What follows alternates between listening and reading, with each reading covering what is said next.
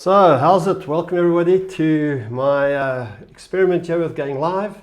Today I want to just share with you about, on this Boxing Day, about the great Christmas that we had yesterday and share some top tips that I had with you, some top tips about 2020. So, I hope you enjoy it. I hope you stay with me.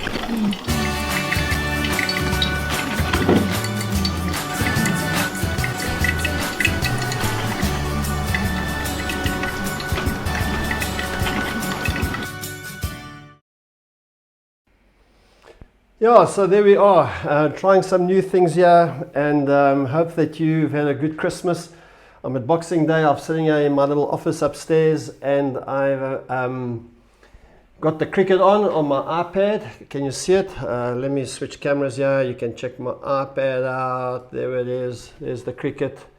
Seeing how we're going. We're not doing all that great, but you know what? It doesn't really matter. We are back in international cricket. I think we're 216. They're just doing a replay at the moment. And yeah, we're 222 for 6 if you're interested in Boxing Day cricket.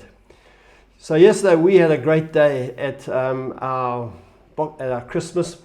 You know, as you know, I'm being a pastor and stuff, doing Christmas services. I reckon I've done about 37th Christmas services, and about 35 of those were on the trot, one after the other.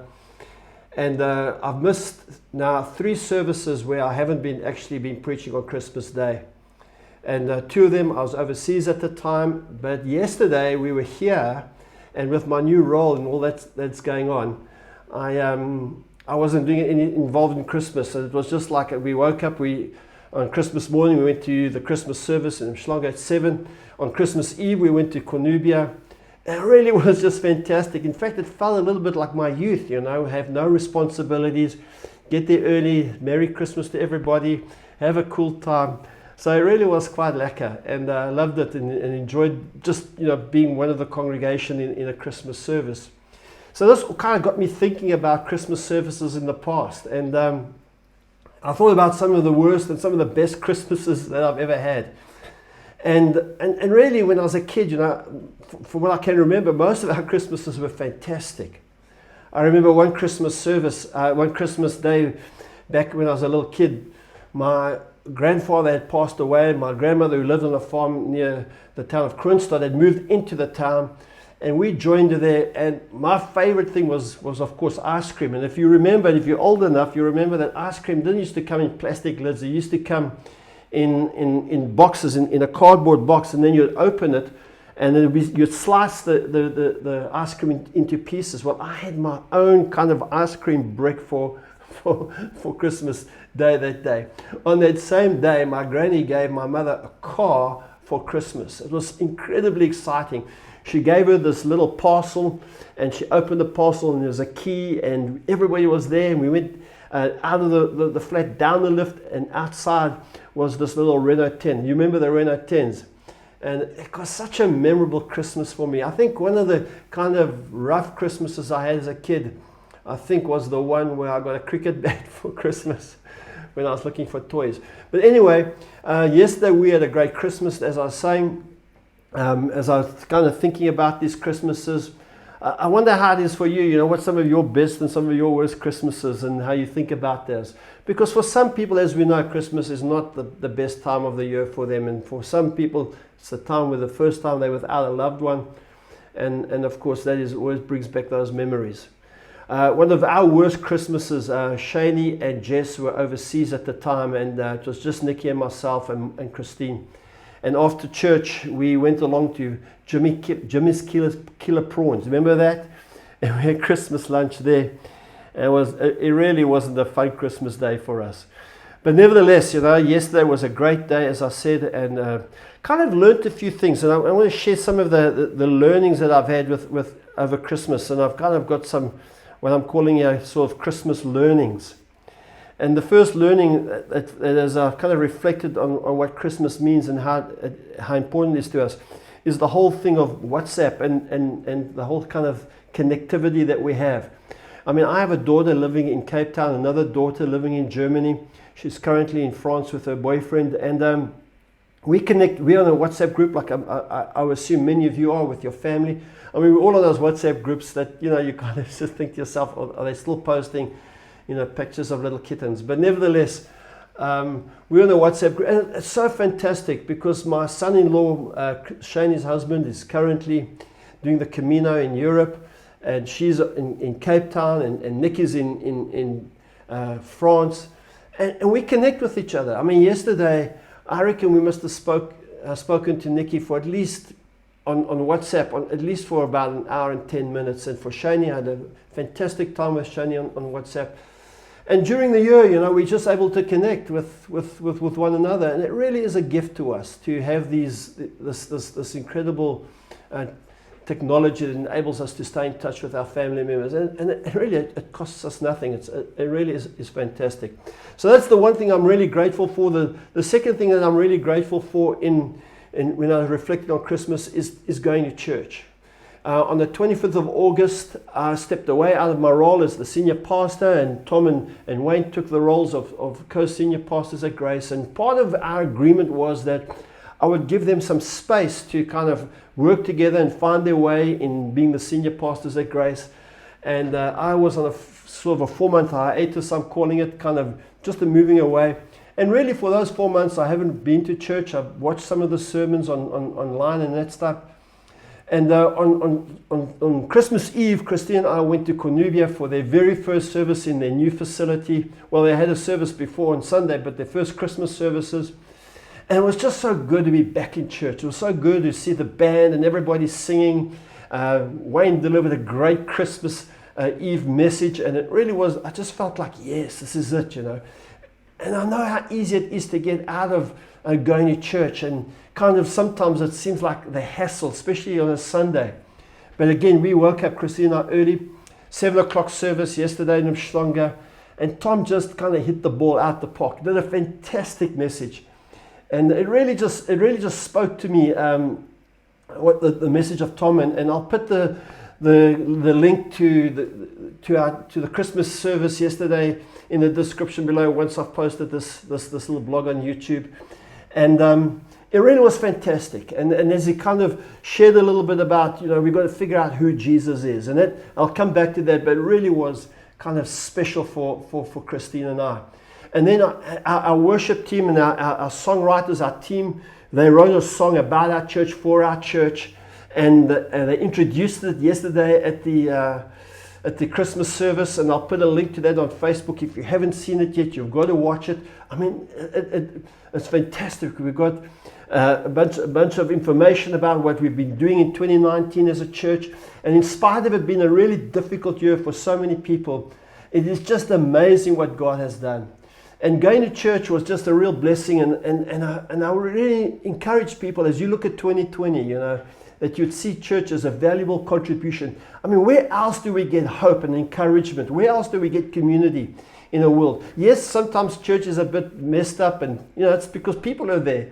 And sometimes the church hasn't always done well. But nevertheless, it is such a gift, because most of what our preachers are preaching just is uplifting, upbuilding, and gives us hope for the future. So I'd love you to consider that as well. And then the third kind of learning for me this year is this whole thing of generosity. As this past year has been kind of a difficult year, and for many their finances would possibly be squeezed a little bit. Generosity becomes a much more of a learned behavior. That's what I've kind of figured out. But it's not only in the financial area that I speak about generosity. One of the things, as I watch some of the political stuff overseas in the United States about the impeachment of Donald Trump, and we all got a view on these kind of things, and that's not really what I'm speaking about. What really does bother me is the polarization, and how people can speak about other people. And we're all image bearers of God. Every single one of us. There's not a human being on the face of this earth that hasn't been created in the image of God. And the generosity I'm speaking about is to kind of find a way to be generous with one another, to extend, we don't have to agree with each other. We don't always have to be with one another and like what other people think and all that stuff. But really, guys, I mean, let's just be kind. Let's not always look to what isn't and what's shortcoming. And so those are some of my thoughts that I've been having about the Christmas learnings that I've been thinking about over the past while. And then I'm thinking about some top tips for 2020. Don't you love the sound of that? 2020. I mean, it just sounds lacquer, doesn't it? 2020 vision, 2020, all that kind of stuff that we can see. And so I was kind of thinking, I've been influenced by an interview I heard with Gordon MacDonald, a little bit around this stuff. And the top tip is kind of 3 age categories that I just want to kind of share with you very quickly. I think in the new year, I haven't really set my goals for 2020 yet. I've got some broad-based outlines, things that I want to accomplish, things that I want to get done. But I haven't really put a lot of effort into figuring it out. But this is what I am thinking about in 2020. And that is the first top tip. And I want to speak to those people who are 56 years and older, kind of my demographic. I turned 62 in October, just a few months ago. And it's so easy in our age to kind of get grumpy and to moan about all the changes and to see how our world is shifting and all that kind of stuff. And what happens so often in that we can see stuff in our age. We know stuff and we can see what's going on. And we want to give people advice and tell them what to do and how to do it. But I want to encourage you that in 2020, if you're in that sort of 56 and over, roughly in that area, that you would be a blessing to somebody else, that you would find a young person to encourage and to strengthen and to support, not to give them advice. You know, when I was a young pastor, a retired pastor joined our church. And every Sunday he would come down, I'd see him come down the side and he'd walk to me just after I preached. And preaching can be quite a difficult thing because you give of yourself and you kind of feel a little bit vulnerable, especially after you've preached. And he always said to me, you know, Mark, in every house there's a room, and a room for improvement. And so he would then share with me how I could have improved, not just my sermon, but our church in general. And he would come, and you know, when I would see him walking down, I'd have to kind of steel myself. And one day, as he came down, I stopped him. I said, listen, bro, I found another room in this house. He said, oh, what room? I said, the room for encouragement. You know, so often as younger people, younger professionals, men and women who are trying to find their way, and older guys like myself, it's so easy. They need to listen to us and give them advice and all that kind of stuff. But my suggestion and my kind of axiom for 2020 is speak when spoken to. If they ask for advice, then give them advice. But give it carefully and cautiously. But for the most part, even though you know stuff and you may even know better what they know, they need to find out for themselves. And our job is to support them and to affirm them, to recognize them, and to let them know that we're behind them. So that's my appeal, my top tip for those of you who are 56 and above. For those of you who are in about 36 to 55, I don't want to just contradict just what I've just said about giving you advice. But really, as I kind of reflect back on some of my years in which I was pursuing success and pursuing accomplishments. You know, we started this church with 18 of us 30 of us for 4 years, and then to a church where we are today.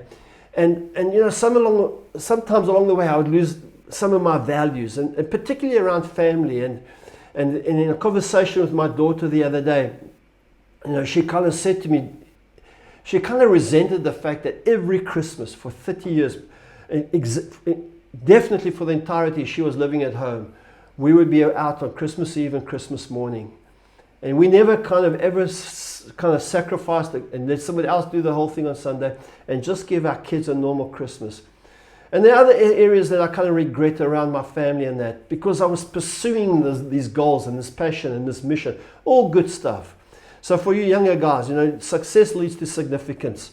So figure out your values and don't underestimate what older people know. And so when they come to you and support you, you know, find out, prod them a little bit as to what they think and how they feel about stuff. And for those of you in the 18 to 34-year-old category, I think for you guys, you know, as I look at this age group, and really I can't say I understand, but I sometimes feel there's a loss of hope and sometimes just like, you know, what's happening to the environment and what's happening to, you know, all kinds of stuff. It feels like, you know, there's a loss, there's a hopelessness in a sense. And I'm saying, don't give up hope. Find courage. You know, you can make mistakes, and you can make changes in your life right through until your late 30s, and I would encourage you to do so. So, what's the score? We 235 for 6. Those are some of my thoughts, and as I was thinking about, just as I kind of finish off here today in this live YouTube stream, as I think about it, you know what? Here's my call to action.